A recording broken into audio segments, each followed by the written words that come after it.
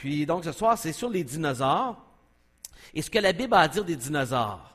Alors, est-ce que vous saviez que la Bible parle des dinosaures? Il y en a qui savaient que la Bible parlait des dinosaures? Combien ont jamais entendu parler que la Bible parle des dinosaures? Combien, là, c'est la première fois que vous dites, la Bible parle des dinosaures? OK, il y en a quelques-uns, c'est la première fois que vous entendez parler de ça. Combien ici ont leur père, la maison dans laquelle vous vivez, là, c'est votre père qui l'a construit? Levez la main. Hein, Léonie, oui, ton papa il a construit la maison. Il y en a quelques-uns. OK. Qu'est-ce que vous en diriez si un des voisins ou un membre de la famille allait dire « c'est même pas ton père qui a construit la maison, mais c'était quelqu'un d'autre ». Puis vous savez que votre père, là, il a sué des mois de temps à travailler à construire votre maison, à la mettre belle, puis vous êtes dedans, puis à quelque part, c'est qu'il y a un sentiment de fierté que « hey, cette maison-là, c'est mon père qui l'a faite, hein, Léonie?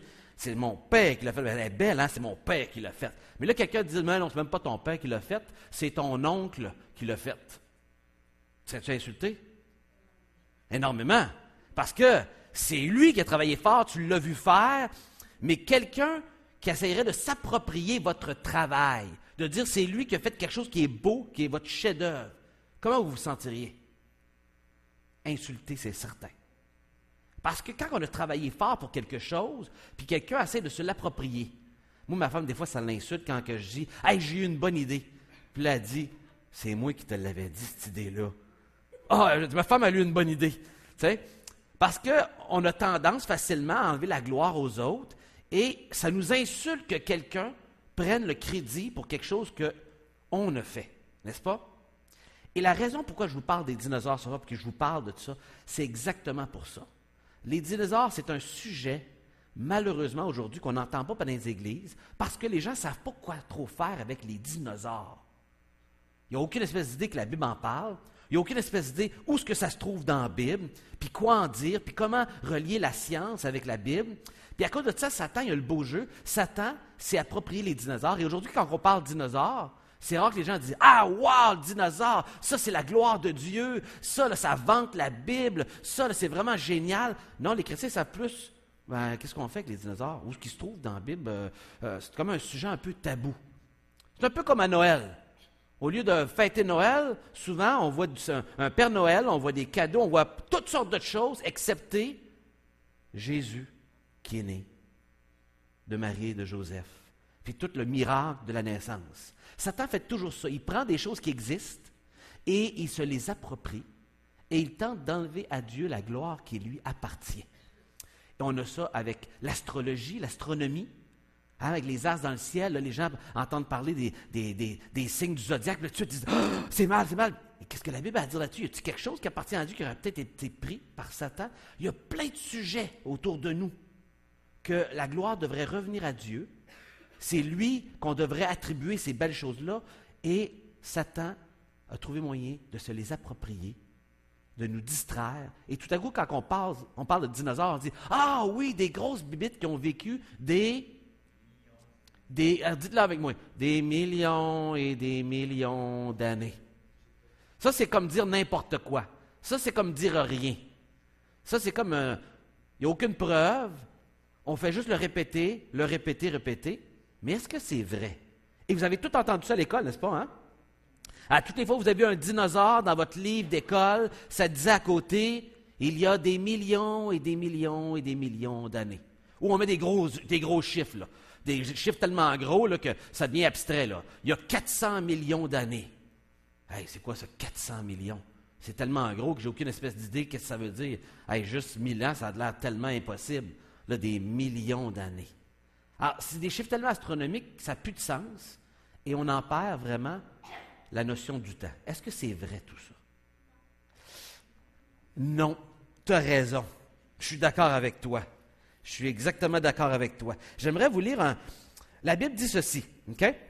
Dans Colossiens 1,16, et je l'ai sur le PowerPoint, alors on va mettre mon PowerPoint, et je vais vous lire ce verset que j'ai mis sur le PowerPoint. J'ai quelques versets que je vais vous lire de la Bible, d'autres que je vais vous lire qui sont sur le PowerPoint, que vous allez pouvoir suivre avec moi. J'ai mis un des films que j'aime beaucoup, Draco, un dragon volant. C'est pas merveilleux, ça? Il y en a qui l'ont vu, ce film-là? C'est génial, hein? Il est génial. La grosse voix, là, c'est vraiment hot. Moi, je l'aime encore. À 41 ans, je ne m'écœure pas de regarder des films de dragons. Et là, tout à coup, un dragon qui vole, qui peut cracher le feu, qui parle en plus. C'est un film, hein? On s'entend que c'est un film. Et les dragons, ça fascine les gens.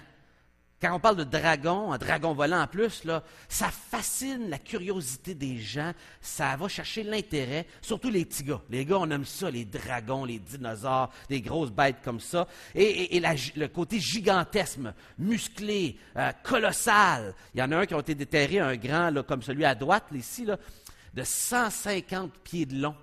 Imaginez comment c'est long. 150 pieds de long d'un bout à l'autre en Alberta. Il y en a un autre qui a été déterré il n'y a pas longtemps. 160 pieds de long. C'est tellement gigantesque, c'est incroyable. Et c'est pas pour rien que ça nous impressionne, même dans des cavernes. Il y a 1000 ans, il y a 2000 ans, il y a 3000 ans, on dessinait de telles bêtes dans des cavernes. Alors, c'est pas nouveau qu'on aime les dinosaures. On les retrouve même, c'est des hommes et des femmes qui vivaient il y a des centaines, même 2, 3, 4, 5 000 ans de cela.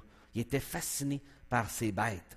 Ces bêtes qu'on retrouve dans l'eau, sur terre, qui peuvent aller sur l'eau et sur terre, d'autres qui peuvent voler. Ça fascine l'être humain. Et je commence avec cette citation-là, puis après ça, je vais vous lire un verset. C'est une dame ici qui est évolutionniste. J'ai son livre justement en avant ici. J'ai quelques livres sur les dinosaures ou la cryptozoologie. Et elle a fait un livre sur les recherches sur des dinosaures qui existent aujourd'hui. Est-ce que ça existe encore aujourd'hui? Et cette femme est évolutionniste. Elle croit à l'évolution. Et voici ce qu'elle déclare. Elle dit « Aucune théorie ou combinaison de théories peut d'une manière satisfaisante expliquer ce qui causa la disparition des dinosaures et malgré cela laisser les crocodiles et d'autres reptiles en vie. » Pourquoi certains seraient disparus et d'autres non? Elle dit un peu plus tard dans son livre, « Encore, nous devons nous rappeler, la science n'a pas toutes les réponses. » Effectivement, la science n'a pas toutes les réponses. Elle dit bien des choses. Elle a sa propre religion aussi, la science. Mais elle ne donne pas toutes les réponses, loin de là même. Il est stupide de croire que quelque chose n'existe pas seulement parce que nous n'avons pas un spécimen. Parce que cette dame-là fait des recherches à travers le monde entier, à ramasser des histoires d'il y a longtemps ou plus récents, d'animaux gigantesques qu'on a trouvés, qu'on l'a vu en dessous de des bateaux dans la mer, qu'on a vu dans la jungle à quelque part, et toutes sortes d'histoires, les ramasse, puis c'est ce qu'on appelle la cryptozoologie moderne, l'étude possiblement des dinosaures qui sont encore vivants aujourd'hui. Et voici ce que la Bible a à dire. « Car en lui, on parle de Jésus, ont été créées toutes les choses qui sont dans les cieux et sur la terre, les visibles et les invisibles. Trône, dignité, domination, autorité, tout a été créé par lui et pour lui. Toutes. Est-ce que les dinosaures en font partie? Toutes. Que dans les airs, sur terre, tout ce qu'on voit, ce qu'on ne voit pas, tout a été créé par lui et pour lui. Quand on dit pour lui, ça veut dire pour lui donner la gloire. On lit ceci dans la Bible. Dieu désire être glorifié par ses créatures et cela est clairement mentionné dans des passages comme dans les psaumes. Louez l'Éternel du bas de la terre, monstres marins, et vous tous. Hein? Monstres marins. Vous savez que le mot qui est là devrait être traduit par dragon marin ou par dinosaure des mers. C'est le mot hébreu pour ce qu'on appelle aujourd'hui un dinosaure, les tanines. Les taninines au pluriel. Et on retrouve ce mot-là plusieurs fois dans la Bible. Un peu plus loin, dans Ésaïe, il dit « Les bêtes des champs me glorifient, les chacals. » Ils ont traduit chacal ici, mais c'est le même mot, les tanines.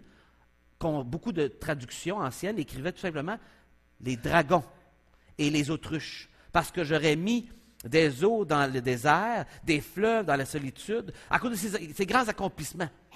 Tout me glorifie à cause de mes grands accomplissements, même les animaux, même les dragons. Le mot qui est là, c'est celui pour dragon. On le voit ailleurs.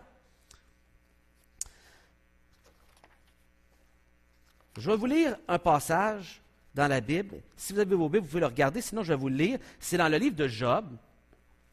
Et c'est le chapitre 40 de Job.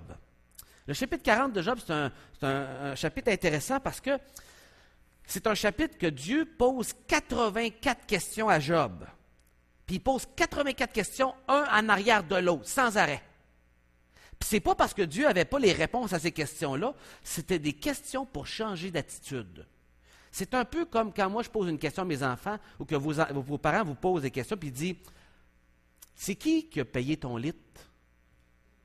C'est qui paye tes livres d'école? C'est qui paye pour tes sports puis ta bouffe? » Puis ça, c'est le genre de questions que quand un parent pose cette question-là, il ne faut pas que tu répondes. Le but, ce n'est pas que tu répondes en réalité. Il espère en disant ça que tu vas changer d'attitude puis que tu vas réaliser que tu ne payes rien, fait que tu fermes ta trappe puis tu fais ce que je te dis. Grosso modo, c'est ça.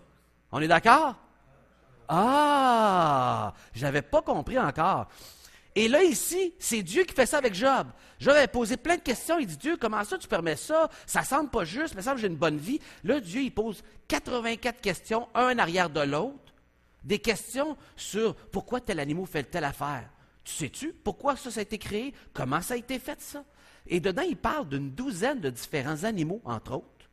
Et là, tout à coup, dans ces questions, il arrive à 2 grandes bêtes gigantesques, inconnues. Et voici ce qu'il dit, au verset 10 du chapitre 40.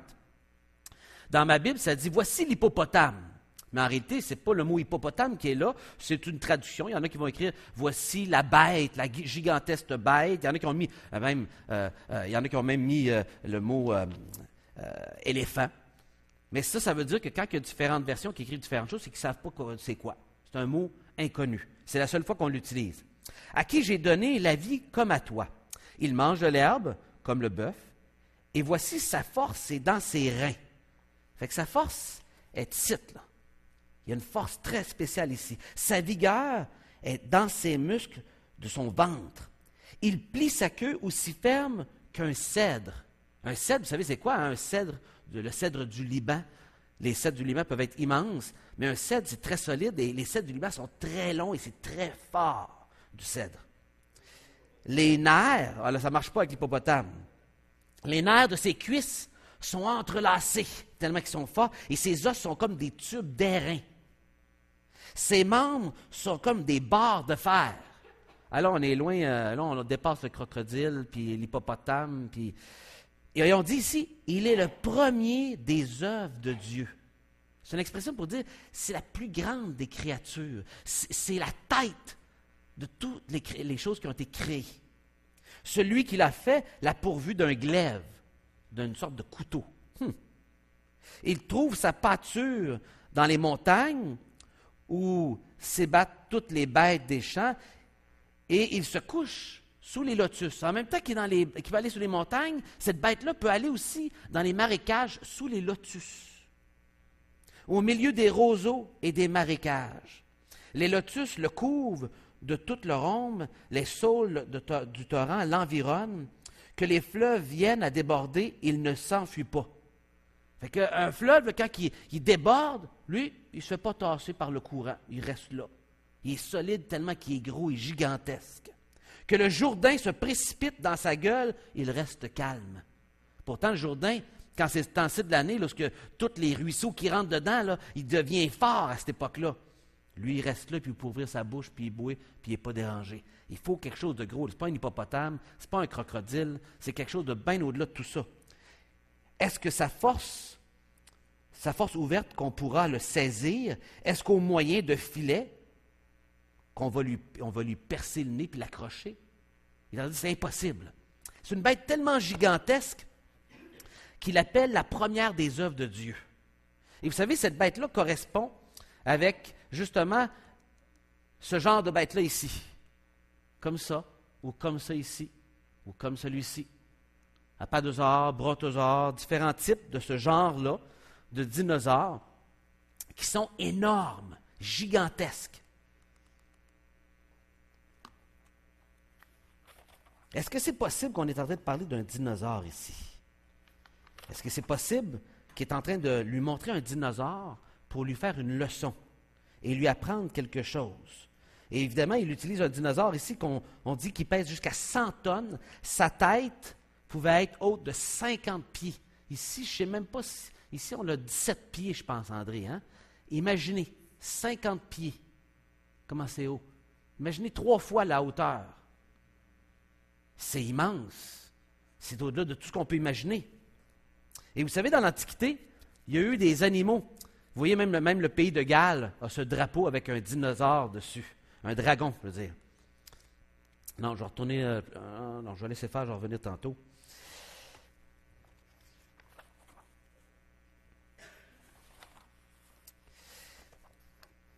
Excusez-moi, je suis en train de juste checker mes notes pour être sûr que je suis à la bonne place. Vous savez, si on devait prendre un livre sur les animaux, il y a de cela 500 ans, on prenait un livre avec tous les différents animaux, vous auriez trouvé dans votre livre un animal qu'on appelait un dragon. Ça faisait partie avec l'autruche, les éléphants, les tigres. Il y avait aussi des dragons. Et c'était un animal, jusqu'à il y a 500 ans encore, que les gens ne voyaient pas souvent, mais qu'ils appelaient un animal qui existait pour eux, un animal qu'on retrouvait dans les livres d'animaux. Et jusqu'à il y a 200 ans, le mot dinosaure n'existait pas. On appelait ce type d'animal-là des dragons. Il y avait des dragons de mer, des dragons volants, des dragons qui crachaient le feu, des dragons qui rentraient dans des cavernes, toutes sortes de dragons. Comme on appelle aussi des dinosaures, toutes sortes de noms. Et il y a des dinosaures qui volent, des dinosaures dans la mer, des dinosaures dans les cavernes, des dinosaures qui marchent. Et tout à coup, il y a de cela 200 ans, en fait, en 1841, M. Owen, qui ramassait les os qui venaient d'un peu partout et qui essayait de les démêler pour construire à partir de ces os-là qu'on trouvait dans la terre, mettre ensemble le casse-tête. Ça a pris un bout de temps. Au début, ils ont fait des affaires bizarres, puis ils ne l'avaient pas. Au bout d'un certain temps, ils ont pu trouver les bons os, et ils ont commencé à trouver des dinosaures et les regrouper. Et est apparu le mot, pour la première fois, le mot dinosaure, qui veut dire terrible lézard. Terrible lézard. Dinosaurus. Dinosaure. Mais jusqu'à ce moment-là, ce qu'on appelle un dinosaure s'appelait un dragon. C'était le mot.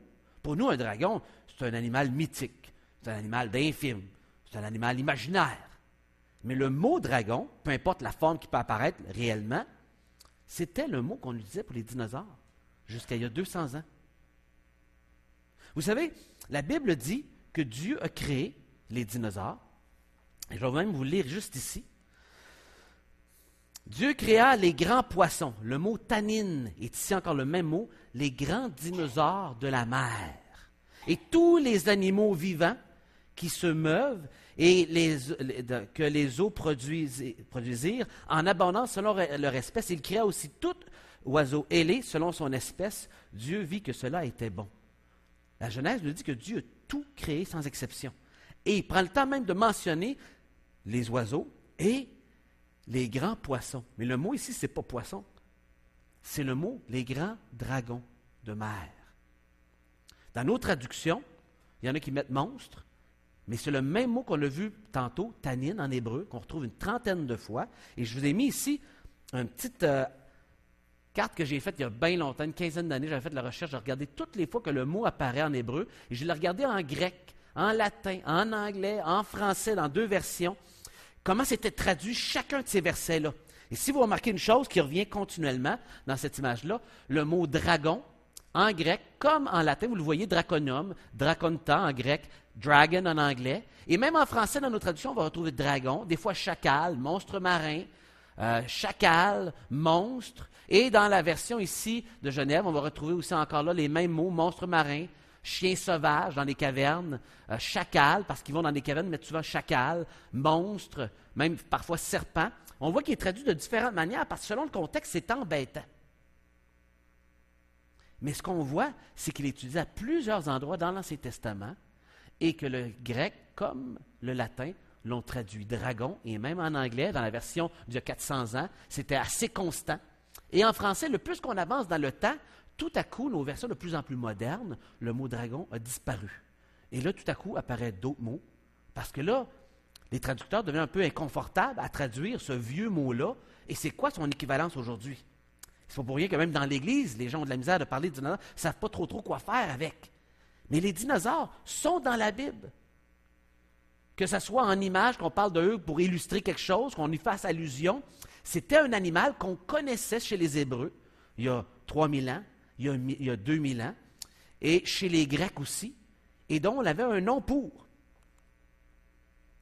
Regardez dans Job, il dit, Suis-je une mer ou un monstre marin, un dragon marin, littéralement, pour que tu établisses des gardes autour de moi? Comme on aurait peur d'un dragon, on mettrait des gardes autour pour nous protéger, on le mettrait d'une cage, il y aurait quelqu'un qui surveillait. Il dit, est-ce que moi je suis comme ça qu'il faut que tu me surveilles? Regardez dans le psaume 74, et Dieu est mon roi dès les temps anciens. Lui qui opère des délivrances au milieu de la terre, tu as fendu la mer par ta puissance, tu as brisé la tête des dragons, des dinosaures sur les eaux. Il parle des exploits de Dieu, puis en de tu as brisé la tête. Ah, parce que Dieu a créé les dinosaures. Et Dieu a le contrôle sur toute créature. Et toute créature est appelée à honorer Dieu. Encore dans un autre psaume un peu plus bon, on le voit, il parle, tu fouleras le lionceau et le dragon.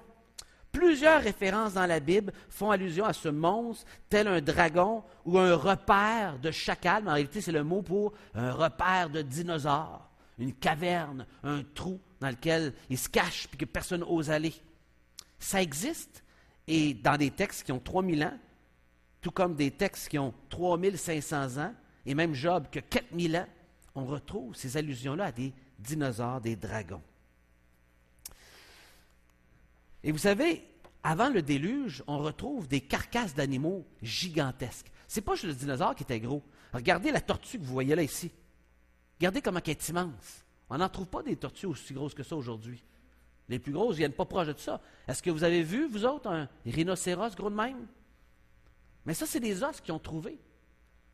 Vous avez déjà vu une libellule qui fait 3 pieds de haut, avec des ailes qui font 6 pieds de large? Mais on en trouve dans la roche. Tout comme on trouve aussi des os de dinosaures, on trouve d'autres animaux qu'on connaît aujourd'hui, mais beaucoup plus gros. Parce qu'avant le déluge, tout comme la Bible nous dit qu'avant le déluge, l'être humain pouvait vivre jusqu'à 900 ans, 950 ans pour Noé, par exemple, 930 ans, Adam, Métuséla, 969 ans. Tout comme l'être humain vivait longtemps, avant le déluge, les animaux vivaient plus longtemps et plus gros, dans un monde qui initialement avait été parfait et qui finalement ont été chassés du Jardin d'Éden à cause du péché de l'homme, mais dans lequel ce monde-là était plus proche de la perfection qu'aujourd'hui. Depuis le déluge, beaucoup d'animaux de la terre ont été détruits, mais des copies de chacun ont été gardées dans l'arche. Et tout à coup, les animaux vivaient moins longtemps, tout comme l'être humain vivait moins longtemps. Quand on regarde dans la Bible, le premier être humain qui est sorti de l'arche, ils ont vécu 400 ans. Mais après ça, rapidement, ils ont tombé à 200 ans. Rendu à Abraham, il a vécu 180 ans. Rendu à Jacob, il vivait 147 ans. Et rendu à Moïse, 1000 ans après le déluge, il vit 120 ans. Alors on voit que l'être humain vit moins longtemps. Et qu'est-ce qui arrive aux les animaux? Ils vivent moins longtemps, plus petits. Si les lézards, on dit que les lézards, ils grandissent toute leur vie. Et on dit souvent, mettre un lézard dans une cage plus petite, il va l'empêcher de grandir, mais s'il y a l'espace, un lézard, ça grandit toujours. Toujours. Alors maintenant, imaginez un lézard gigantesque qui a atteint une telle grosseur qu'on ne l'attaque plus tellement qu'il est rendu grand et qui là peut vivre 900 ans. Qu'est-ce que ça fait? Un dinosaure gigantesque. Mais évidemment, depuis les déluges, est-ce qu'il y a eu des aussi grosses bêtes? Non, ils sont beaucoup plus petits. Ils n'ont jamais grossi aussi gros. Mais il y avait dans l'arche de Noé des dinosaures de toutes sortes. Et tout comme dans la mer, il y a des animaux qui ont survécu, des dinosaures de la mer ont survécu aussi. Mais qu'est-ce qui arrivait après le déluge? Évidemment, après le déluge, si tu voulais être un grand chasseur aujourd'hui, qu'est-ce qu'ils font les grands chasseurs aujourd'hui? Ils s'en vont là où il y a les plus grands animaux parce qu'ils veulent leur ramener les plus gros trophées. N'est-ce pas? Alors, il y a 4000 ans, quand il y avait des dinosaures après le déluge, puis que les hommes ont commencé à devenir coucous, ils ont fait la tour de Babel, puis là, ils se sont fait disperser dans le monde, ils ont dû commencer à survivre, certains voulaient avoir une renommée. Quand on allait à la chasse, puis qu'on voulait un gros trophée, qu'est-ce qu'on cherchait? Un dinosaure, c'est sûr. Et un dinosaure, à côté d'un petit chevreuil, ça fait pas mal plus de viande, tu nourris pas mal plus la tribu, n'est-ce pas? Alors les grosses bêtes, tout comme aujourd'hui, ont été les premiers à partir, les premiers à être chassés. Et par leur grosseur, évidemment, on en avait peur, mais par leur grosseur aussi, ça amenait beaucoup de viande. Alors c'est évident que ces animaux-là ont été les premiers à être attaqués puis tués. Et évidemment, le premier 1000 ans après le déluge, il y avait des dinosaures, mais ils ont été chassés de plus en plus et rapidement, il y en avait de moins en moins sur la terre. Et ils se sont allés là où il n'y avait pas d'être humain. Mais l'être humain a étiré sa présence sur la terre de plus en plus loin, de plus en plus loin. Et jusqu'à un tel point qu'il y a 1000 ans, les dinosaures, on n'en voyait pas bien. Il y a 500 ans, on savait que ça existait, mais ceux qui en avaient vu, c'était rare. Mais on les retrouvait encore dans des livres sur les animaux de la terre. Jusqu'à temps qu'il y a 200 ans, personne ne se rappelait des dinosaures, puis personne ne connaissait les dragons. Et tout à coup, on a commencé à déterrer dans l'archéologie des ossements, et on a commencé à être fasciné par ces grandes bêtes qu'on retrouve dans la terre et qui ont commencé à être appelées des dinosaures. Ah! Mais la Bible ne parle pas des dinosaures, le mot dinosaure, il n'est pas là. Et c'est toujours comme ça quand on change d'époque, qu'on change de langue. Là, il faut traduire les concepts et les mots changent. C'est normal. Et tout à coup, même des gens qui ne croient pas aux dinosaures qui vivent et qui croient à l'évolution ont commencé à regarder à travers le monde des histoires. Et cette histoire-là, Mokolomimbi, c'est une histoire justement de brontosaures qui aurait été vu vivant dans les années 50, les années 80, les années même jusqu'à 90, et que même des expéditions de des évolutionnistes, professeurs renommés à Chicago et ailleurs, sont allés faire des expéditions, une douzaine d'expéditions en moins d'une dizaine d'années, dans le plus grand marécage du monde, au milieu du Congo, un marécage de 55 000 carrés, immense, que même les aborigènes de l'endroit ne vont pas s'aventurer dans ce marécage-là, tellement qu'il y a du moustique, c'est pas vivable. Ils vivent à l'extérieur, ils vont juste là pour chasser et ils reviennent. Et il y avait des histoires de Mokolomimbi, un brontosaure, 25, 30 pieds tout au plus, qui avait été tué dans les années 50. Il y a un missionnaire qui est allé là, justement, puis il avait raconté cette histoire-là, puis des gens qui s'étaient convertis à la foi et qui racontaient que lorsqu'ils étaient jeunes, ils avaient tué un brontosaure comme ça. Et eux appelaient ça Mokolomimbi. Et les premiers qui sont venus dans ces tribus-là autour, on disait, ben voyons donc, c'est des histoires, ça n'a pas d'allure, etc. Et ce qu'ils faisaient, c'est qu'ils prenaient un livre comme celui-là, ici, puis qu'ils montraient différents animaux. Puis ils allaient voir un aborigène qui n'avait jamais été rencontré par un blanc, et il montrait ce livre-là, puis là, il montrait un zèbre, puis là, il donnait le nom dans sa langue de ce zèbre-là. Il voyait un éléphant, il disait, ah oui, ça c'est tel animal. Puis là, il montrait une girafe, il disait, ah oui, girafe, puis là, il disait le nom dans sa langue. Puis là, maintenant, il montait un brontosaure, il disait, ah oui, Mokolomimbi. Puis là, il tournait la page. Puis là, il dit, ah non, il dit, c'est impossible que tu aies vu Mokolomimbi, il est mort, ça fait des millions d'années. Non, Mokolomimbi, mon grand-père en a tué un. Ah non, ça n'existe pas. Ben, c'est pas chez vous, mais chez nous, ça existe. Ça s'appelle Mokolomimbi. Et il y a différents noms, selon où ce que tu vis autour et les différentes tribus et langues qui se trouvent autour de ce grand marécage-là dans le Congo, que tu sois au Cameroun, parce que tu peux y arriver par le Cameroun. Et on a eu ici un conférencier, il y a une quinzaine d'années, M. Gibbons, qui a écrit le livre au bout que là. Il est venu ici. Il a fait 2-3 voyages dans cet endroit-là, à faire des recherches autour, dans les tribus autour, à interviewer les gens et rentrer dans le marécage pour faire partie d'expéditions qui ont été là. Et il a écrit, entre autres, un peu quelques informations sur cet aspect-là d'un brontosaure qui existerait encore aujourd'hui et que même des évolutionnistes ont dépensé $250 000 à aller faire des recherches là. Même s'ils sont évolutionnistes et que les dinosaures ne devraient pas exister, bien, ils sont à la recherche d'histoires de dinosaures qui semblent encore vivre. Ah, faites-vous-en pas, là. En revenant à la maison, vous n'avez pas de danger de frapper un dinosaure sur la route, là. Plus de chance de frapper un chien ou une moufette, mais pas un dinosaure. C'est rare. Ça arrive, dites-le moi s'il vous plaît, je serais intéressé d'être le premier sur les lieux pour prendre des photos. Parce que c'est un phénomène rarissime. OK? Mais, même si c'est rare, c'est des histoires, ça peut exister. Vous savez que la mer est tellement immense que l'être humain est à très peu d'endroits sur la mer. On suit des routes qui sont établies selon les courants. Il y a plein d'endroits dans la mer qu'il n'y a jamais de bateaux qui vont là. Et la mer va jusqu'à 8 km de profondeur à des endroits, et en moyenne, la mer a 2 km de profondeur. Et c'est arrivé de voir des radars et de voir un animal sous l'eau qui fait une dimension de 200 pieds, non identifié, ce n'était pas un sous-marin, qui passe en dessous puis qui disparaît. Et ça, c'est arrivé des tas de fois. Les Vikings avaient même comme habitude, vous savez, de se promener, même il y a 1000 ans, il y a pas 2000 ans, mais il y a 1000 ans, quand ils exploraient, lorsqu'ils allaient même jusqu'en Angleterre, ils avaient toujours au bout de leur bateau une bête, au bout, une tête de dinosaure, un dinosaure marin. Pourquoi? Parce qu'évidemment, dans ce temps-là, il n'y avait pas de moteur. Alors, quand tu ramais, ça ne faisait pas beaucoup de bruit, et ça arrivait que ces hommes qui voyageaient sur la mer arrivaient face à face avec des dinosaures d'eau. Puis ils en avaient peur. Et ils faisaient leur bout de bateau de telle façon à vouloir faire peur s'ils en rencontraient un.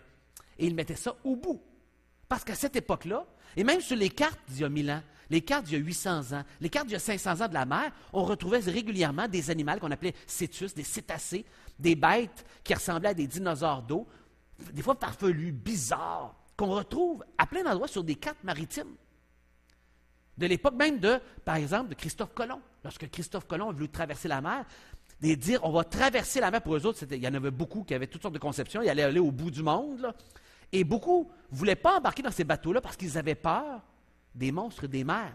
Beaucoup de voyages se faisaient pas trop loin des côtes et longeaient les côtes pour aller à d'autres endroits, mais de là à traverser l'autre bord où il n'y a pas de terre, no way. Et c'était difficile pour eux autres de recruter souvent des marins qui étaient prêts à faire ce voyage-là jusqu'à l'autre bord dans un monde inconnu. La peur des marins de tomber sur des animaux inconnus, sur de toutes sortes d'animaux qu'on pourrait parler. Pas juste ça. Et là, vous avez même des histoires qui ont rapport avec des ptérodactyles, même dans ces marécages-là, justement, au milieu du Congo. C'est possible, c'est tellement immense que des animaux pourraient rester là et grandir et ne plus être menacés par personne, là où il n'y a pas de chasseurs, parce que c'est tellement immense, 55 000 carrés. C'est immense. C'est gros comme l'État de l'Alabama puis l'Arkansas aux États-Unis. Imaginez, tellement que c'est gros. On retrouve aussi des histoires, par exemple, de Gilgamesh, qu'on retrouve dans les vieilles histoires antiques, des histoires qui datent de après le déluge. Gilgamesh qui pourrait être comparé à Nimrod dans la Bible, possiblement. Des noms de grands guerriers qui auraient tué des dinosaures, tué des grandes bêtes. On a des histoires comme Beowulf. Beowulf, c'est une vieille tradition chez les anglo-saxons, une histoire qui daterait d'il y a 1500 ans et dont on a une copie ici qui a 1000 ans, qui est écrite en anglo-saxon. L'anglo-saxon, c'est la langue duquel est venue la langue anglaise, et qui raconte l'histoire du Grendel et de cet homme qui est allé tuer le Grendel, qui ressemble à un petit T-Rex ou quelque chose comme ça, et qui avait sa mère qui était plus grosse. Et il y a toute une histoire, je lis une vieille copie anglaise d'il y a une centaine d'années sur cette histoire. Il y a plein d'histoires partout dans le monde, dans différentes cultures, qui racontent ces choses-là. Une histoire ici qui était dans un magazine de 1890, de des cow-boys qui étaient tombés justement dans le désert sur un ptérodactyle qui ont tiré dessus et dont ils ont ramené une grande aile, j'oublie les dimensions, dans le désert. Et les Amérindiens des États-Unis ont à différents endroits des histoires de ces ptérodactyles-là, il y a 300, il y a 400 ans, lorsque les premiers hommes blancs sont arrivés, qui racontaient des ptérodactyles qui vivaient dans les montagnes rocheuses, haut dans les airs, et qui étaient, évidemment, qui faisaient peur aux gens qui vivaient non loin de là. Pendant la guerre, il y a des histoires de sous-marins qui ont tiré un animal qui est sorti des airs, qui était comme aucun animal qu'ils connaissaient, et on retrouve ça dans la Première Guerre mondiale, dans la Deuxième Guerre mondiale, différentes histoires comme ça qui sont arrivées un peu partout, à différentes époques, différents endroits dans le monde. En 1977, dans la mer, un bateau japonais a sorti cette carcasse-là, qui n'a jamais pu être identifiée d'une manière satisfaisante, qui ressemble beaucoup à un plésiosaure. Assez embêtant. Beaucoup de gens ont dit « Ah, c'est une sorte de requin que lorsqu'il décompose, il a pris cette forme-là. » Puis il y a des histoires, des hypothèses assez intéressantes que ce serait possible. Il y en a qui appellent ça un basking shark, une sorte de requin. Lorsqu'il pourrit, il prendrait cette forme-là. Mais il y a des affaires là-dedans que je ne suis pas entièrement satisfait, qui sont bizarres. Et ils ont dû l'acheter parce que sinon, ils auraient perdu leur poisson tellement qu'il était avancé la carcasse à pourrir. Alors, ils ont dû le relancer dans la mer. Et dans la mer, il y a des carcasses comme ça qui flottent sur des bords des îles, sur le bord des pays maritimes, à toutes les années. Des carcasses bizarres de toutes sortes, certains qu'on a pu identifier, d'autres qu'on n'arrive pas à identifier, souvent dans un état de décomposition avancé, un peu partout dans le monde. Cela a été tellement important que même le gouvernement a fait et là, il y a différentes personnes qui disent que la décomposition, puis ça ressemblerait à un basking shark, tout ça, mais je n'ai rien vu de satisfaisant. Il y en a qui ont fait des tests d'échantillons, puis ont dit que effectivement c'est vrai. Ça reste embêtant. Et ils ont même là-bas, au Japon, à cette époque-là, ils ont fait un thème commémoratif, imaginez. Alors, s'il y en a bien gros qui ne le croyaient pas, en tout cas, eux autres ont décidé que c'était un plésiosaure. Une grosse bête de 25 pieds, qui est supposé être disparu, mais qui est en train de pourrir dans la mer. Est-ce que c'est possible? Pourquoi pas? La mer est tellement immense. des crocodiles, des baleines, toutes sortes de créatures ont survécu au déluge. Pourquoi il n'y en aurait pas des dinosaures aussi? Il n'y a aucune raison. Pourquoi on n'en verrait pas souvent? Bien, est-ce que vous voyez souvent des baleines, vous autres? Ben, ni moi. Est-ce que vous voyez souvent certaines grosses baleines très rares? Non, il faut que tu ailles les voir à des endroits, puis encore là, c'est pas garanti que tu vas les voir. Et là, j'avance d'autres bêtes, là, celle-là est des années 70 aussi, à Nouvelle-Écosse. Vous voyez ici des dessins dessinés sur des roches par des aborigènes en Afrique. Qu'est-ce que ça a de l'air? D'un plésiosaure. C'est assez évident, hein? Et là, tu vois les aborigènes, ou j'oublie si c'est des aborigènes d'Afrique ou en Amérique du Nord, et avec leurs arcs et leurs lances pour tuer le plésiosaure. Un autre que vous retrouvez là sur le bord en Nouvelle-Écosse. Celui-ci, 1925. Regardez, là. Bizarre, non? Santa Cruz, 1925, en Californie. Un drôle de bête, à peu près 25 pieds de long, une tête un peu en canard, assez grosse, avec un petit corps, un long cou. Et ça a fait jaser, et on a des photos de ça qui datent jusqu'à aujourd'hui. Avant je vais vous parler de celui-là, avant de parler de Daniel. On a trouvé aussi, il y a 70 ans, 33 000 sculptures de céramique au Mexique, de toutes sortes d'animaux. Et il y a eu des gens qui ont contesté, ils disent « Ah, c'est tout le même fabricant qui a fait ça. » Imaginez un gars qui a passé du temps pour juste construire 33 500 animaux en céramique pour le fun, comme canular, pour faire croire que c'était vieux. Il y en a qui ont du temps à perdre, là. Et il y a toutes sortes d'hypothèses qui sont venues. Mais ils ont trouvé des animaux de cette grosseur-là qui étaient faits en céramique, de dinosaures et de toutes sortes d'autres animaux en Amérique du Nord, au Mexique, qui datent d'il y a 4000 ans jusqu'à 2500 ans de maintenant. Et ils en ont trouvé 33 000. Et à un moment donné, ils ont dit, c'est quelqu'un qui les a faites, ils avaient tout ramassé une place. Ils ont fait d'autres fouilles ailleurs, ils en ont retrouvé d'autres sous une maison qui datait bien avant de l'époque qu'eux autres pensent que le canular aurait été fait, pour découvrir que finalement, avec des systèmes de datation, ils avaient commencé à faire ça dans les années 60, 70, que ceux qui faisaient les thèses ont dit, ça a au moins quelques mille ans, jusqu'à 4000 ans. Et c'est drôle, des céramiques faites par des êtres humains, de des animaux que les hommes et les femmes sont supposés n'avoir jamais vus. Parce que vous savez, les gens disent aujourd'hui que les êtres humains n'ont jamais vécu avec le dinosaure. Mais c'est drôle, on a des êtres humains qui étaient fascinés par ces animaux-là et dont on retrouve des statuettes de toutes sortes de dinosaures, très variés, qui correspondent à plein de dinosaures qu'on connaît. Celui-ci là, qui fait à peu près 1,5 pied. Différents types, de toutes sortes, des sortes aussi qu'à l'époque qu'ils ont trouvées, on ne les connaissait pas. La science n'avait pas encore documenté ce type-là, par exemple, précisément. On ne les avait pas encore documentés dans les années 40, 50, qui ont été trouvées, ces statuettes-là. Ces statuettes-là qui ont été trouvées sur une autre maison à Mané, qui était construite dans les années 30. Ça ne pouvait pas être un canular. Il y en a tellement à différents endroits dans cette région-là. On voit qu'il y avait une fascination et qui ont été enterrés là il y a très longtemps par un déluge, par un événement quelconque, on ne le sait pas, mais des êtres humains les ont fait, ça c'est hors de doute, et ils ont cohabité avec des dinosaures. Parce qu'ils les connaissaient, ils les dessinaient, et ils en faisaient des statuettes, tellement qu'ils en étaient fascinés, avec d'autres animaux qu'on connaît. Et on appelle ça, justement, il y a un livre ici en avant, là, à ce sujet-là, sur les mystères d'Acambaro, une région à 120 km de la ville de Mexico. Et donc, toutes ces statuettes qui ont été trouvées de différents animaux et tout le mystère qui existe autour de ces statuettes-là, qui amène évidemment beaucoup de jasage.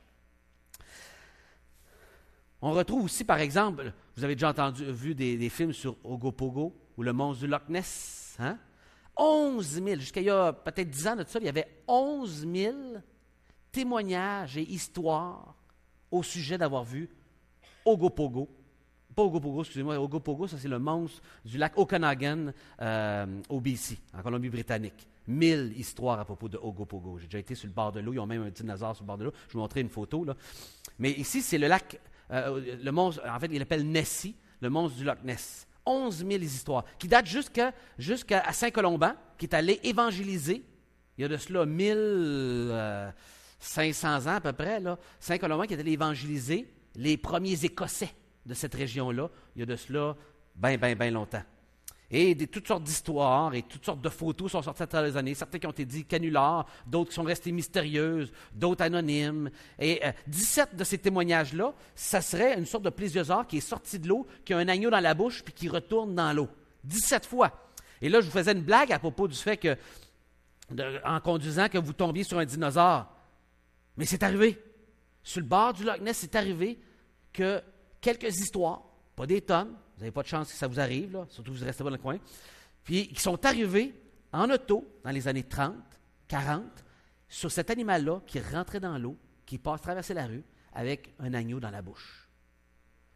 Mais là, tu dis, il y en a un qui a pris du pot, qui a fait un bad trip, qui a vu quelque chose, ça arrive de temps en temps. Il y en a 10, c'est possible. Il y a bien des gens qui prennent de la drogue. Hein? Il y en a 100. Bon, ben, tu commences à mettre la puce à l'oreille, il y a peut-être quelque chose. Il y en a 11 000 différents témoignages. Il doit y avoir quelque chose de vrai en arrière de tout ça, à quelque part. 11 000, juste à cet endroit-là du monde. Il y a plein d'autres histoires à travers le monde entier. La fameuse photo du chirurgien qui était finalement avec une... Il n'a pas mis son nom parce qu'il était avec une blonde en cachette de sa femme.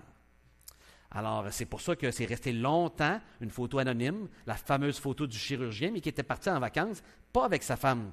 Fait que finalement, c'est 60 ans plus tard qu'il est sorti, c'était quoi l'histoire. Il y a même des photos qui ont été faites dans les années 90 avec un appareil photo, puis regardez les photos qu'ils ont réussi à faire avec un appareil sonore. Parce que l'eau c'est tellement crue, c'est jusqu'à 900 pieds de profond, le Loch Ness, et c'est long. Ça a été auparavant, quand l'eau était plus haute sur la Terre, les deux bouts de l'Écosse étaient séparés. Le Loch Ness séparait le nord et le sud littéralement, et ça débouchait à chaque coin dans la mer. C'est pour ça qu'il peut y avoir un animal comme ça, là, ou plus qu'un même. Et ils ont réussi à faire cette photo-là, drôle de poisson, une nageoire, et là, un cou, une petite tête. À un moment donné, plein d'histoires pareilles, des histoires qui décrivent le même type d'animal, des photos bizarres à répétition à travers les années. Ça dit, écoute, ça existe-tu? C'est-tu possible qu'il y ait un petit plésiosaure qui soit resté de 20-25 pieds dans ce grand lac qui est tellement profond et long qu'on pourrait tous mourir, la planète entière, puis on serait capable de nous cacher en dessous de l'eau, tellement que c'est gros et c'est profond. Immense. Et là, des images sonores encore là, avec le même type de grosseur, même type de forme, qui ont été faites là, dans ce cas-ci. C'est un en 2002, un autre en 87. Alors, des histoires comme ça, il y en a non seulement là, mais il y a Mons ici, lac Champlain aussi, où il y a des histoires à ce sujet-là, et un peu partout dans le monde. Et dont les marins, il y a 300, 400, 500 ans, qui avaient des histoires comme celle-ci, d'une rencontre avec un animal marin qu'ils dessinaient à cette époque-là et qu'on avait peur de rencontrer sur la mer parce qu'il n'y avait pas de moteur à ce moment-là, fait qu'on ne pouvait pas les surprendre. Aujourd'hui, si un animal, il nous entend de loin à la ronde avec nos gros moteurs diesel, puis tout le kit, puis les ondes que ça fait dans l'eau, fait qu'on n'en croise pas de ces animaux-là, à moins que ce soit des animaux qui recherchent d'être proches. Et donc, plein d'histoires comme ça à travers le monde entier. Là, le lac Okanagan au BC, j'ai traversé cette région-là il y a de cela bien des années quand j'ai fait du pouce à travers le Canada. En 96, je suis allé en vacances là et j'ai traversé justement le pont qui est là ici, un pont flottant parce que c'est trop creux pour faire un pont traditionnel. Et là, vous retrouvez encore là des histoires et même une statuette sur le bord de l'eau de Ogopogo, le dragon marin du lac Okanagan. Spécial, hein? Et cette femme-là qui a fait toutes les recherches à ce sujet-là. Et ça est une photo, des photos bizarres, des photos qui restent à soupçonner qu'il y a quelque chose de bizarre. Est-ce que c'était un gros morceau de bois qui flottait dans l'eau? Il y en a qui disent que c'est ça. Il y en a pour tous les goûts. Il y a même un livre à ce sujet-là. On retrouve de ces histoires-là, non seulement là, mais on va retrouver de ces histoires-là, par exemple, avec Saint-Georges qui a tué un dragon. Ce serait une histoire qui daterait des années 250 en Afrique. Saint-Georges, comme plein d'autres saints qui ont été évangélisés à différents endroits et qui ont fait des exploits et qu'on garde des histoires de rencontres avec des dragons un peu partout dans le monde. Et Saint-Georges avec le dragon, ça on le retrouve vraiment, là, c'est très populaire, même sur une des places à Moscou, une des codes, comment on appelle ça, Coat of Arms, j'ai oublié le nom là, pour ça en français, là, mais code d'armes. Saint-Georges en est un bien populaire. Et même en Chine, vous savez, en Chine, on a encore des histoires de rois des années 800 en Chine, qui gardaient des dragons et qui étaient conduits, leur carrosse royale, par des dragons qui étaient gardés. De type stégosaures, de type comme ceux-là ici, plus petits, comme ça ici. J'en ai un spécial ici, là, en jaune fluorescent. Les fluorescents, c'est rare. Ceux-là qui glow in the dark, là, ça, c'est une sorte vraiment spéciale, mais ça, c'est ma collection à moi. Les enfants savent que c'est mes jouets à moi, ceux-là ici. Fait que je vous les laisse voir mes jouets. Mais celui-là, glow in the dark, il est rare, celui-là. Là. Il n'y en a pas beaucoup. Alors, je suis un des propriétaires rares. Là. Surtout jaune, c'est ma couleur préférée, là, il est vraiment spécial. Alors, mais même en Chine, là, ces histoires-là de dragons qu'on gardait et qui étaient matés et qui tiraient comme on prenait des chevals pour tirer les carrosses royales. Vous avez vu ça peut-être dans des films, des bandes dessinées quelconques. On a de ces histoires-là qui sont écrites et dessinées, qui datent de l'époque de l'an 800, 900. Parce qu'évidemment, qui pourrait, lorsqu'il y a très peu de dinosaures qui existent, mettre la main là-dessus, pouvoir les garder et mettre bien de l'argent pour faire des grosses cages, et etc. Ben, c'était des rois qui s'enorgueillissaient d'avoir certaines bêtes, qui voulaient avoir un regard prestigieux, etc. Et ce n'est pas la seule place. Ça, c'est une bête dans l'Ouest canadien. Et ce n'est pas juste les dinosaures, vous savez, qui étaient gros. On a des histoires de octopus, c'est des pieuvres, puis de calmars géants d'un peu partout dans le monde. Un jour, ils ont trouvé une baleine qu'ils ont capturée, puis il y avait des sucettes de 18 pouces de diamètre. Des sucettes de pieuvres géantes. Et évidemment, qu'est-ce qui arrive? C'est que des fois, il y a des attaques entre les baleines et des pieuvres géantes. Et ils ont sorti de l'eau, et quand ils ont sorti de l'eau, ils ont découvert une patte de 200 pieds. 200 pieds. Et quand ils veulent capturer, National Geographic, il y a quelques années, ont sorti un documentaire, puis on voyait, ils capturaient à 900 pieds de profondeur un calmar géant. Ils ont réussi à le filmer. Là. Ça a pris des milliers de dollars. Ils ont dépensé des affaires fous là, pour faire ce documentaire-là. Ils ont réussi à avoir une pieuvre géante. Puis c'était pas une pieuvre, un calmar. Puis il y avait juste 5 mètres, imaginez. Puis c'était la grosse excitation. Mais on a trouvé des calmars géants avec des pattes incroyablement longues, mais des fois pourries sur le bord de la plage, ou à une partie avalée dans une baleine. Et des histoires comme ça, des histoires, vous savez, de Kraken. Le Kraken, c'est des histoires très anciennes qui attaquaient. Puis même là, aujourd'hui, il y a un film aussi d'une grande baleine là, qui attaque un bateau. Comment ça s'appelle? Hein? Non, il y a Kraken, il est dans le Pirate des Caraïbes, mais on le retrouve aussi, celui qui est sorti il n'y a pas longtemps, là, Moby Dick. Des histoires comme ça, là, dans ce cas-ci, c'est une grande baleine géante qui est plus grosse que toutes les autres, qui défend les autres. Mais il y a des histoires comme ça, mais aussi de pieuvres géantes. Et ces histoires-là n'ont pas juste été inventées, il y a eu des histoires qui ont été faites pour de vrai. Et les gens ont raconté, ça a grossi, ça a pris toutes sortes de formes. Mais on retrouve, entre autres, vous voyez celui-ci, une pieuvre géante. Il y a 100 ans, à Augustin, en Floride, j'étais à ce même endroit-là. C'est là qu'il y a un musée, Believe It or Not, qui garde cette histoire-là, entre autres. Et on retrouve cette pieuvre géante 200 pieds, qui est échouée. Elle pesait 2 à 5 tonnes. C'était 4 pieds de haut, juste la butte pourrissante de cette pieuvre géante-là. Et donc, beaucoup d'histoires à travers le monde. Même dans le marécage, que je vous ai parlé tantôt, un alligator qui a été filmé là, dans une partie du marécage, qui fait 20 pieds, en train de traîner un cerf, pas de problème, en train de se promener un cerf dans la bouche. Mais ceux qui ont fait l'expédition, dans le livre que j'ai juste ici, racontent l'histoire d'avoir vu un crocodile de 50 pieds. Imaginez, 50 pieds. C'est la largeur ici, là. C'est juste un crocodile. Mais dans un marécage où il n'y a personne qui vient, qui est aussi grand que ça, où c'est juste les bêtes qui vivent là, c'est possible pour des bêtes qui grandissent toujours, qui peuvent vivre plus longtemps, de pouvoir atteindre une grandeur que nous, on ne connaît pas. Qu'en Floride, ils sont petits parce qu'on en tue, parce qu'il y a des tueurs de crocodiles, etc. Il y a même des émissions de tueurs de crocodiles, là. Et donc, on a toutes sortes d'histoires partout à travers le monde d'animaux. Celui-ci garde un énorme, 13 tonnes, et une pieuvre géante de 13 tonnes. Alors, en 2003, au Chili. Et là, on a des histoires comme ça, calmar et autres. Je vous ai parlé tantôt des Vikings. Mais avant d'aller plus loin, je veux revenir et je vous raconte même une dernière histoire. Non, je vais la laisser faire parce que là, ça ne finira plus. J'en ai tellement là, que... J'aimerais vous donner quelques leçons que la Bible nous donne sur ces animaux-là. Et si vous avez vos Bibles, vous pouvez aller dans le livre de Job. Et chose intéressante, la raison pourquoi Satan veut cet animal-là, on l'a lu tantôt, il est la première des œuvres de Dieu. Ça, c'était le verset 14 du chapitre 40.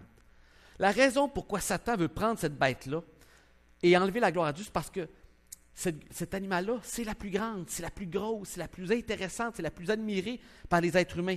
Et encore aujourd'hui, qu'est-ce qu'on fait quand on a des vacances? On s'en va dans un musée, voir un gros dinosaure à quelque part qui a été remis, puis de coller tout ensemble, que vous allez à Ottawa, que vous alliez dans les grandes villes de l'Amérique du Nord, vous avez toujours un musée. À New York, à Washington, avec des os de ces immenses animaux qu'on est émerveillés.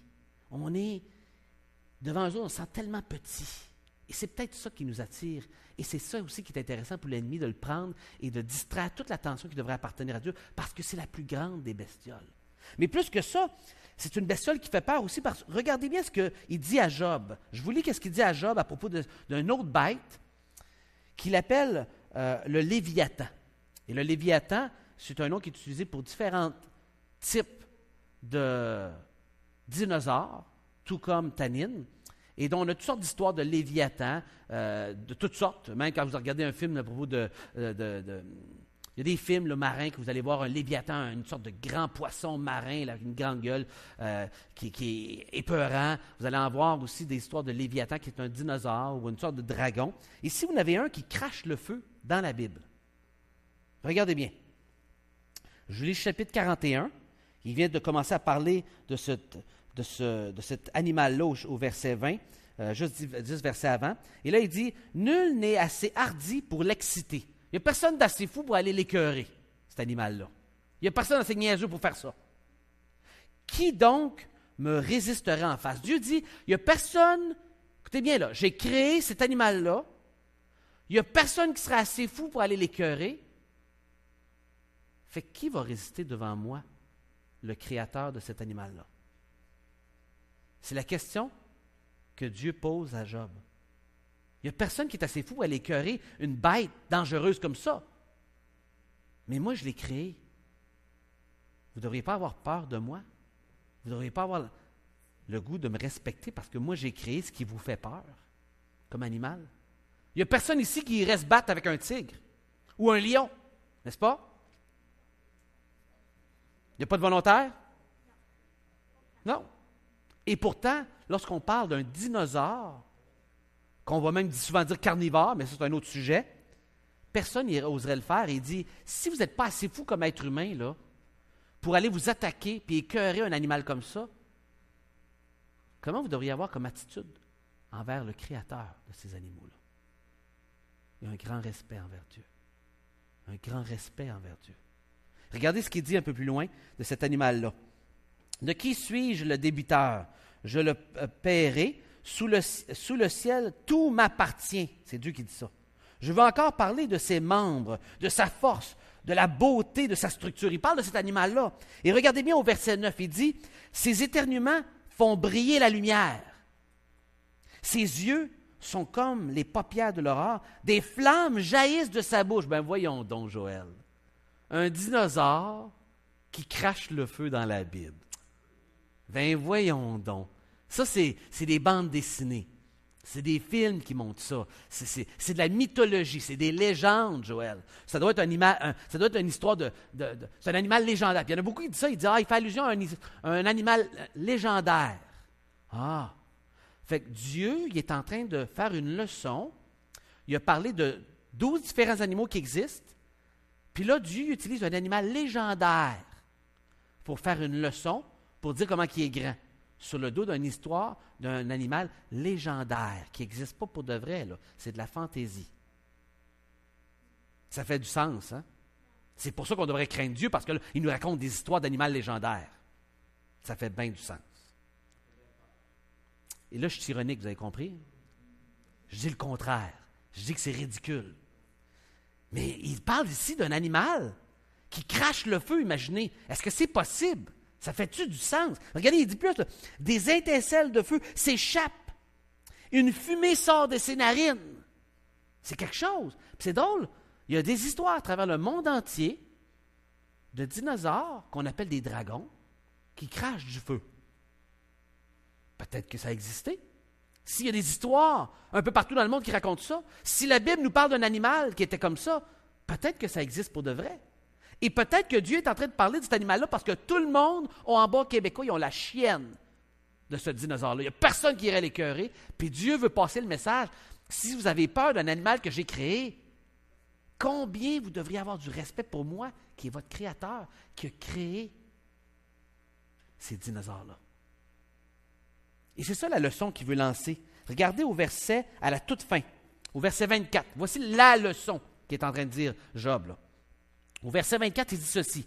Sur la terre, nul n'est son maître. De cet animal-là, il n'y a personne qui est son maître. Fait qu'il n'y a personne qui a jamais réussi à mater cet animal-là, à le domestiquer. Pourtant, on a des éléphants, on a des lions, on a toutes sortes d'animaux sur la terre qu'on a réussi à faire ça. Celui-là, nul n'est son maître, mais Dieu, oui. Et il a été créé pour ne rien craindre, pour avoir peur de personne. Et il dit aussi, il regarde avec dédain tout ce qui est élevé. Tout ce qui paraît grand, lui, il le regarde comme si c'était rien. Tellement qu'il est grand. Il est roi des plus fiers animaux. Et ce qu'il est en train de dire, c'est que tu veux poser des questions à Dieu, tu te crois en droit d'exiger de la part de Dieu des réponses à tes problèmes. Tu te crois en droit de questionner Dieu sur sa justice, Job? Tu es pas mal arrogant. Moi, j'ai créé cet animal-là, que quand tu le vois, tu as les jambes qui shake. Tu fais des mauvais rêves d'être pris dans une cage avec cet animal-là. Moi, je l'ai créé. Puis tu veux me poser des questions à moi, à savoir si je suis en train d'être juste avec toi? Que je te dois des réponses à tes questions parce que monsieur passe des moments difficiles, puis il faut des explications? Non, non, non. Je n'ai pas de réponse à te donner. Je suis le créateur. C'est ça qui est en train de... Puis il utilise un animal qui existe, qui crée la terreur pour passer sa leçon. Tout comme il passe sa leçon avec plein d'autres animaux qui existent. Est-ce que c'est possible qu'un animal puisse cracher le feu? Vous savez qu'il y a une luciole qui existe, qui crache le feu. Dans son cas, elle pète le feu. C'est vrai. Cette luciole-là, elle est faite, Dieu l'a créée de telle façon, et là, les évolutionnistes ont essayé de découvrir, mais comment que ça s'est pu évoluer son derrière pour qu'il pète le feu, puis combien de fois qu'il s'est pété le derrière avant que ça fonctionne. Il y en a un paquet qui sont morts en cours de route en testant, puis en évoluant leur capacité de péter le feu. Fait qu'il y en a un paquet qui explosait d'un bord, puis là, il y a un autre qui est mort, il y a un autre qui est mort. Les essais, puis finalement, l'espèce serait morte. Comment ça fonctionne, évoluer à cracher le feu par les fesses? Mais peut-être qu'il y a plutôt un créateur intelligent qui a bien fait les choses. Et cet animal-là ici, à l'intérieur, elle a des produits chimiques qui, lorsqu'ils sont ensemble, explosent. Et il y a un produit qui neutralise, puis qui est un autre qui déneutralise juste à la dernière minute pour que quand ça sort, ça crache le feu. Et là, il tue les bébites qui mordent la jambe, qui peuvent l'attaquer, en toute simplicité. Et c'est vraiment impressionnant comme bestiole. Comment est-ce qu'une bestiole a pu évoluer? Non, elle n'a pas évolué. Elle a été créée par Dieu. Et là, on a un petit phénomène de comment c'est possible de cracher le feu. Et vous savez, dans beaucoup de dinosaures, on a découvert qu'ils ont par exemple, celui-ci, j'en ai un ici en bas là, ils ont découvert soit dans le cou, ou soit dans les cavités ici, des endroits où il y avait des pochettes possibles de fait d'avoir exactement le même phénomène, de mettre des produits qui, séparément, ne sont pas dangereux, mais qui, ensemble, explosent ou brûlent, créent de l'acidité. Et il y avait ces histoires-là de dragons qui crachaient de l'acide. Et sur des vaches, par exemple, en Angleterre ou en France, on a de ces histoires-là des années, il y a 500 ans, 400 ans encore, des histoires, une sorte de crachat venimeux, de crachat acide, et évidemment d'autres histoires avec évidemment du feu. Et ça ici pour expliquer la possibilité de comment c'était possible comme phénomène biologiquement et chimiquement pour que des produits soient jetés à la dernière minute, au bon moment, avec quelque chose qui neutralise, quelque chose qui déneutralise, pour que quand c'est envoyé, pour se défendre. Et c'est intéressant. Non seulement c'est possible biologiquement, parce qu'on observe dans la nature une créature qui est capable de faire ça, et donc c'est possible que d'autres créatures qui ont été éteintes, qui étaient capables de faire ça, mais la Bible nous dit qu'il y a de cette créature-là que Dieu utilise comme objet de leçon pour enseigner une leçon spirituelle à Job, pour lui dire, si tu as peur de cet animal-là, tu devrais craindre celui qui l'a créé encore bien plus. Puis tu devrais le traiter avec beaucoup de respect, ce Dieu à qui tu demandes des comptes. Parce qu'il a créé le dinosaure, le dragon, qui crache même le feu. Incroyable, mais vrai. Et il vient toucher à l'orgueil humain. Et vous savez, s'il y a une chose qui se dégage de ces versets-là, et vous pourrez les lire à la maison, sur cette image-là, comment il est gros, comment il est puissant, c'est que Dieu mérite de recevoir toute la gloire de cet animal-là. Et que celui qui a créé cet animal-là mérite tout notre respect. Si on regarde ces animaux-là, puis on s'imagine les films, puis on est fasciné par ces films qu'il y a des dinosaures. Si comme garçon, là, on regarde un film de dragon de mer, puis ça nous fascine, on se demande comment il l'a fait, comment ça doit être beau à voir. Imagine celui qui les a tous dessinés. Celui qui a pensé à chaque détail de leur peau, de leur couleur, de leur capacité de glisser sur l'eau, leur capacité de pouvoir aller un bout de temps sur l'eau, de s'oxygéner, de sortir, qui a créé toutes ces choses-là incroyables, cette capacité-là pour ce dinosaure-là, de pouvoir se faire de l'ombre de chaque côté pour se garder au froid, pour se tempérer. Ce qui permet à un dinosaure comme celui-ci peut-être de cracher le feu, de pouvoir courir plus vite, d'avoir une queue pour se défendre. Ou celui-ci aussi qui se faisait de l'ombrage. Longtemps, ils se disaient, pourquoi cette carcasse-là? Puis ils ont découvert que c'était pour se faire de l'ombrage, pour se garder tempéré. Que chaque détail de ces animaux-là qui nous fascinent ont été faits par un créateur attentionné. Et que ce créateur-là est votre Dieu, est notre Dieu. Et qu'à cause de tout ça, juste en regardant ça, ça me dit, wow, Dieu mérite tout mon respect. Dieu mérite toute mon attention. Dieu mérite toutes mes pensées, mon dévouement, mon énergie. Et vous savez qu'est-ce que Job a fait lorsqu'il a réalisé tout ça? Je termine avec ça. Chapitre 42. Voici ce que Job dit. Après cette leçon-là de 4 chapitres, 84 questions de réflexion, il dit ceci.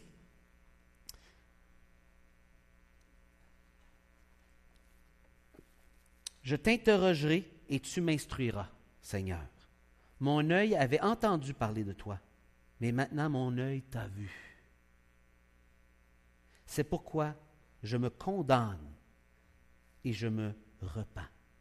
Après avoir posé tellement de questions à Dieu, lorsqu'il vivait des choses difficiles, c'est vrai que ce n'était pas évident, mais là, il avait commencé à se penser bon, puis Seigneur, je ne mérite pas ça, je suis un homme juste, je fais du bien, pourquoi je suis jugé? Et tout, comme si Dieu avait des explications à lui donner, puis après avoir entendu Dieu lui parler sur cet animal-là et les autres animaux, il avoir posé des questions, puis montrer comment il ne sait pas grand-chose, qu'il est petit, que Dieu est grand, pour qui il se prend, etc. Il dit, je me condamne et je me repens sur la poussière et sur les cendres. Vous savez ce que ça me dit, ça? C'est que si je comprends bien les dinosaures, si je comprends bien la leçon qu'il est en train de me donner ici, ma réponse ce soir devrait être, Seigneur, je te demande pardon parce que je suis un être arrogant. Je te demande pardon, Seigneur, parce que pour qui je me prends devant toi de vouloir contrôler ma vie, de ne pas m'occuper des autres que tu as créés, qui sont créés à l'image de Dieu, de ne pas respecter les autorités, de vouloir toujours en faire à ma tête. Je te demande pardon, Seigneur, parce que je suis arrogant. Je veux contrôler ma vie, puis j'oublie que tu m'as créé, que tu as créé ce qui me fascine le plus, et que je te dois la vie, je te dois le respect. Tu mérites toute mon attention. C'est ça la leçon. Et vous savez, Satan, ce qu'il veut, là, c'est de faire la même chose avec vos vies qu'il fait avec les dinosaures. Il veut enlever la gloire à Dieu.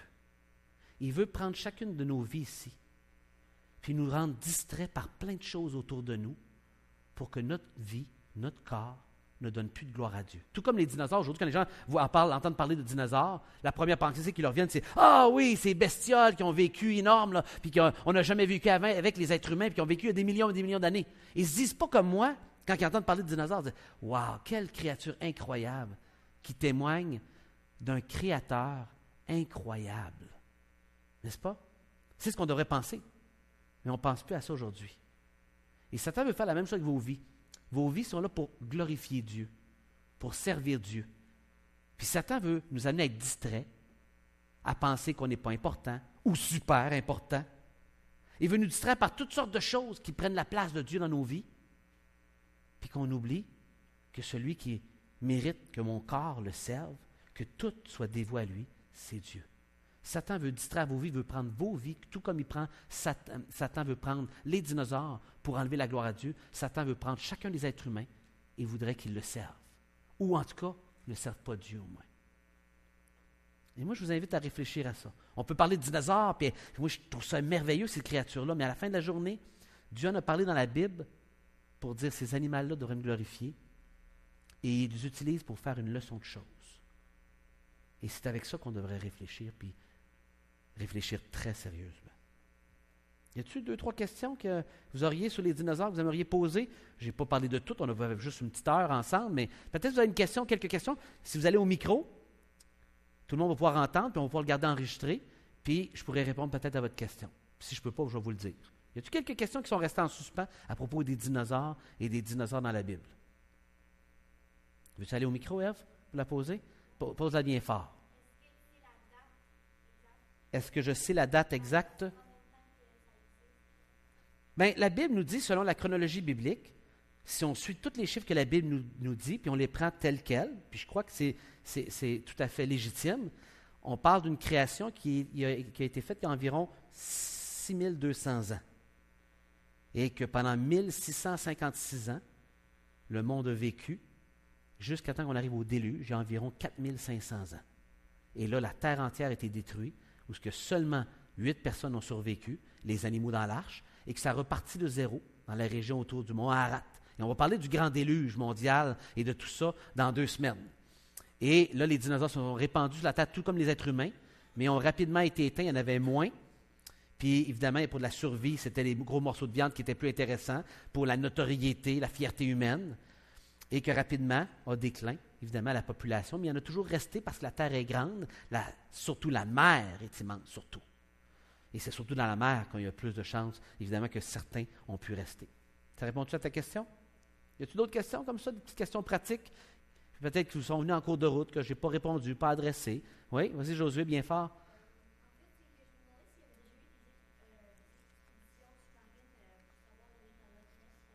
Est-ce qu'il y a déjà eu des expéditions sous-marines? Oui, il y en a eu. Ils ont même déjà envoyé des petits sous-marins dans le Loch Ness. Il y a plusieurs livres. Le Loch Ness, il y en a beaucoup de livres sur le sujet. Des gens qui sont pour, des gens qui sont contre. Il explique tout ce qui s'est passé. On peut trouver sur l'Internet aussi, sur un site qui en parle, toutes ces histoires-là d'expéditions, les recherches, qui les ont faites, dans quelle année. Il y a beaucoup d'informations à ce sujet-là. Les indices pour, puis les indices que certains disent « Ah, c'est pas crédible, ça ne prouve rien, etc. » Évidemment, les photos, dans les meilleurs, vous allez les trouver sur Internet. Ça ressemble à ceux que j'ai mentionnés là, que j'ai montrés là. J'en ai mis quelques-unes en exemple. Mais la plupart sont des photos comme ça, qui sont nébuleuses, embêtantes, qui semblent prouver ça avec des témoignages, mais qui ne sont pas des preuves absolues. Comme bien d'autres choses. D'autres questions? En terminant? Puis de toute façon aussi, s'il y a d'autres questions, vous revenir me voir après, venir regarder les livres. Donc, vous êtes le bienvenu de venir. Et j'aimerais ça qu'on termine en priant. OK? Si vous voulez, je vais vous inviter même à vous lever pour prier. Et on va prier, Seigneur, que ce qu'on a appris à soir puisse faire son chemin dans nos cœurs. OK? Fermons les yeux, puis on va juste prendre 2-3 minutes pour parler à Dieu. Puis s'il y a des choses que Dieu a parlé dans votre cœur ce soir, bien, vous pouvez lui parler pendant que je parle à Dieu, mais vous pouvez vous autres aussi parler à Dieu dans votre cœur en toute simplicité. OK? Merci Seigneur, parce que ce soir, on peut prendre du temps pour étudier la Bible et regarder des sujets qu'on ne parle pas souvent, des sujets qui sont des fois un peu tabous, embêtants. Et Seigneur, on veut comme Église être capable d'adresser tous les sujets et qu'on puisse regarder ce que la parole de Dieu a donné comme réponse. Et Seigneur, ta parole est très complète. Elle adresse tous les sujets que l'être humain a besoin d'avoir des réponses dessus. Et entre autres, ces belles créatures, immenses, impressionnantes, qui nous fascinent. Mais Seigneur, ce qu'on retient ce soir, ce n'est pas seulement que la Bible en parle et que la Bible a des réponses sur l'existence des dinosaures et des explications très simples que même un garçon de 10 ans, une jeune fille de 15 ans peut comprendre. Mais Seigneur aussi, la Bible utilise ces animaux-là pour nous lancer des leçons spirituelles. Et Seigneur, tu veux nous parler ce soir, pas juste pour qu'on apprenne sur les dinosaures, mais tu veux parler à notre cœur pour qu'on apprenne à te connaître plus toi. Et qu'on apprenne à te respecter davantage. Et voir comment toi tu es grand. Et que si les dinosaures nous impressionnent, combien plus on devrait être impressionné de toi. qu'on devrait avoir, oui, une crainte, une peur de toi qui est saine parce que tu es notre Créateur, que tu es parfait et que tu mérites, Seigneur, qu'on te respecte. Tu mérites aussi, Seigneur, qu'on t'honore et qu'on te donne notre vie parce que c'est toi qui nous as créés à ton image pour qu'on ait une relation avec toi, qu'on se connaisse et qu'on puisse te servir, Seigneur. Et je te prie que ce soir, ce message, ces versets qu'on a lus puissent faire leur chemin dans nos cœurs et qu'on puisse voir comment tu es un Dieu formidable et grand et que tu nous as tellement aimés que tu as même prévu un moyen pour qu'on puisse être pardonné de nos péchés qui étaient impardonnables, pour lesquels il n'y avait aucun moyen qu'on soit effacé dans nos péchés. Toi, tu as trouvé un moyen à travers ton Fils Jésus de venir à la croix pour pardonner nos péchés. Et peut-être dans cette salle, Seigneur, ce soir, il y en a qui n'ont pas encore donné leur vie à Jésus, qui n'ont pas cru en Jésus, qui n'ont pas décidé de suivre Dieu, de suivre son chemin, qui suivent encore leur chemin. Seigneur, je te prie ce soir de toucher les cœurs. Il y en a peut-être qui sont tiraillés à l'intérieur, qui ont peur d'abandonner leur vie, qui veulent garder le contrôle de leur vie. Et je te prie ce soir que leur cœur, à travers cette étude dans la Bible des dinosaures, puisse être un peu ramolli devant ta grandeur et réaliser qu'on a une seule vie et qu'il faut la vivre comme il faut, sans regret. Et que le seul moyen de le faire, Seigneur, c'est en te donnant nos vies. Prends nos vies, Seigneur. Fais-en ce que tu veux. Sois le maître, le roi de nos vies. Et qu'on puisse vivre des vies sans regret, passionnées, avec toi et pour toi. Et on te le demande dans le nom de ton Fils Jésus. Amen. Que le Seigneur